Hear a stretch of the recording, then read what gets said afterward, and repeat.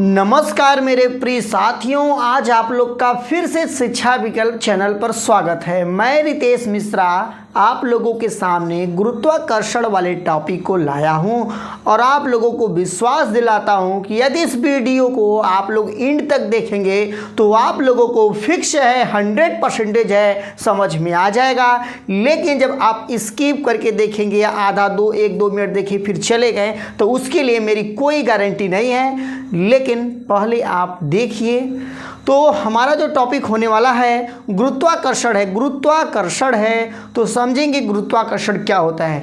जैसा कि आप लोग जानते होंगे, सुने होंगे कि गुरुत्वाकर्षण के बारे में सबसे पहले न्यूटन ने दिया था। किसने दिया था? न्यूटन ने बताया था। न्यूटन वैज्ञानिक थे। उन्होंने क्या कहा था, कभी बैठे थे पेड़ के नीचे, सेब के नीचे बैठे थे, लग रहा है पहली बार पेड़ के नीचे कोई व्यक्ति बैठा था तो वही कहा जाता है न्यूटन ने बैठे थे। तो उनके पेड़ पर से एक सर पर सेब गिरा तो उन्होंने सोचा यार सेब पेड़ पर से गिरा, क्यों हमारे ऊपर गिरा। तभी से वो गुरुत्वाकर्षण पर काम करना शुरू किए। तो उन्होंने क्या दिया तो समझिए, सिंपल सा है। तो जो गुरुत्वाकर्षण होता है तो न्यूटन ने अपना 1686 ईस्वी को दिया था। कब दिया था? 1686 ईस्वी को गुरुत्वाकर्षण से संबंधित नियम दिए थे। उन्होंने कहा कि ब्रह्मांड में जितने भी कण होते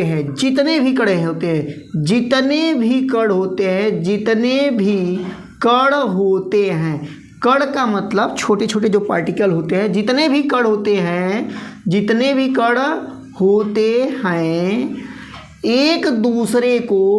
एक दूसरे को आकर्षित करते हैं। एक दूसरे को क्या करते हैं भाई? आकर्षित करते हैं। अब आपके मन में आएगा आकर्षित क्या होता है, तो बता देना चाहता हूँ आकर्षित का मतलब होता है खींचना। तो 1686 ईस्वी में न्यूटन साहब ने यही कहा था कि ब्रह्मांड में यानी इस पृथ्वी पर जितने भी कण होते हैं एक दूसरे को अपनी ओर आकर्षित करते हैं। न्यूटन साहब ने बताया था। कब बताए थे? 1686 ईस्वी में बताए थे। हाँ, इससे संबंधित नियम है तो हम लोग उस नियम को भी समझेंगे। तो न्यूटन का कहना था, मान लीजिए कोई 2 कण होगा, उनका द्रव्यमान होगा। क्या होगा? द्रव्यमान होगा। द्रव्यमान क्या हो गया? m1 m2 से दर्शाएंगे। कहेंगे ऐसे लिख सकते हो, माना एक पिंड, कोई पिंड जिसका द्रव्यमान m1 है। क्या है? m1 है। तथा दूसरा पिंड का मतलब वही पदार्थ हो गया। दूसरे पिंड का द्रव्यमान क्या है भाई? द्रव्यमान आपका m2 है। क्या है? m2 है। दोनों के बीच लगने वाला बल अनुक्रमानुपाती होता है। क्या होता है? अनुक्रमानुपाती होता है।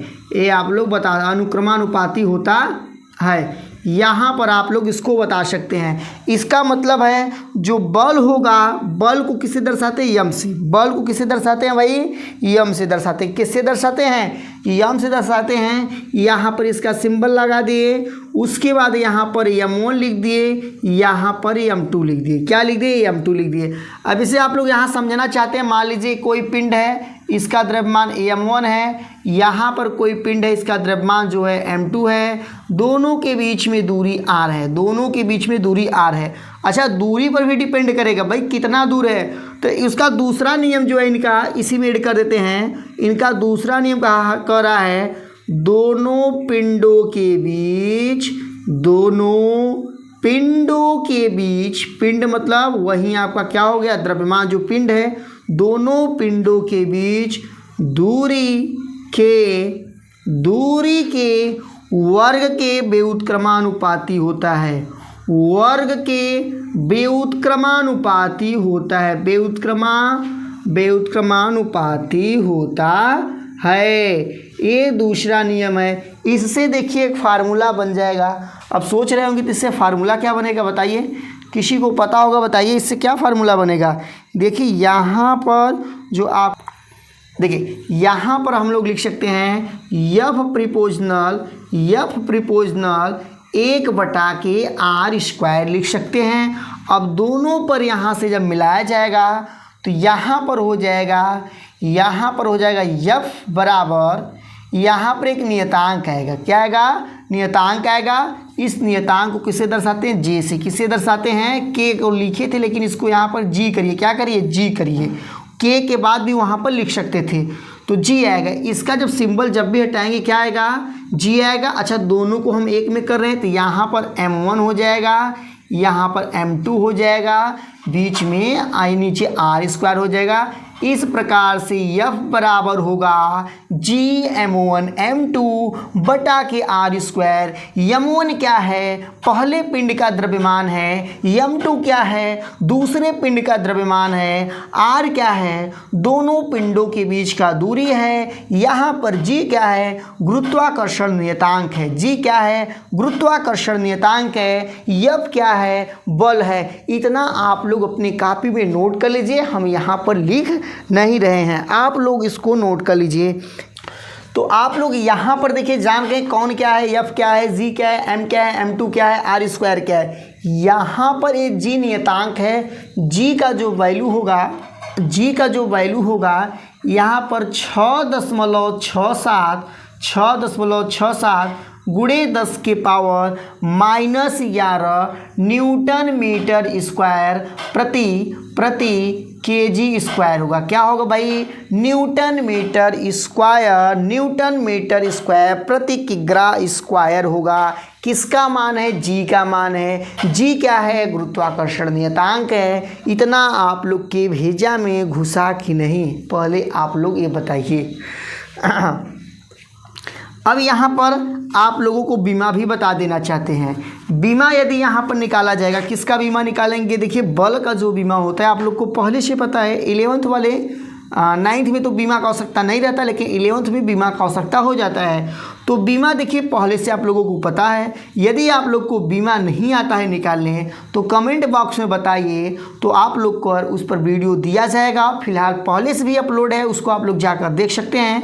तो यहाँ पर देखिए, यहाँ पर जो है अब हमें बीमा निकालना है तो यन यानी न्यूटन है। न्यूटन का बीमा यानी बल का बीमा आप लोग को याद होना चाहिए। mLT⁻² होता है। mLT⁻² होता है। यहाँ पर यम है, यम मतलब दूरी है, दूरी का बीमा L² हो जाएगा। फिर उसके बाद kg है। क्या है? kg है यानी किग्रा है। किग्रा का बीमा होता है यम और 2 बार है तो यहाँ पर 2 हो जाएगा। अब यहाँ पर आप लोग ज़रा देखिए, अब इसको जब हम ऊपर ले जाएंगे यम को तो यम की पावर -2 होगा और यहाँ पर यम 1 बार है यानी घट के यम की पावर -1 हो जाएगा। यहाँ यल की पावर 3 हो जाएगा क्योंकि 2 यहाँ पर है और यहाँ पर यल की पावर 1 है। यहाँ पर टी की पावर -2 हो जाएगा।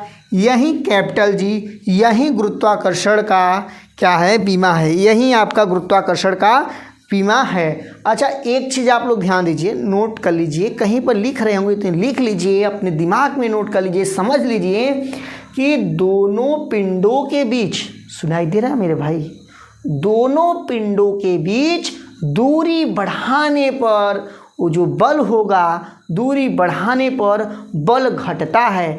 ये सभी फार्मूला में आप लोग दिमाग खोल के नोट कर लीजिए। यदि कोई फार्मूला में कोई नंबर या कुछ भी कोई भौतिक राशि अपान में है, बटा में है, उसका वैल्यू जब आप लोग बढ़ाएंगे तो यहाँ पर जो होता है वैल्यू, उसका मान हमेशा उल्टा काम करेगा। यानी यहाँ का वैल्यू बढ़ाने पर यहाँ का वैल्यू घटेगा। यानी दोनों पिंडों के बीच दूरी बढ़ाने पर बल घटता है। बल क्या होगा? घटता है। आशा करता हूँ, उम्मीद है कि आप लोग इसको समझ गए होंगे, और जब समझ गए होंगे तो वीडियो को लाइक करने में कोई कंजूसी मत करिएगा। फिलहाल आपसे बहुत जल्द मिलेंगे अगले वीडियो में। तब तक के लिए जय हिंद, जय भारत।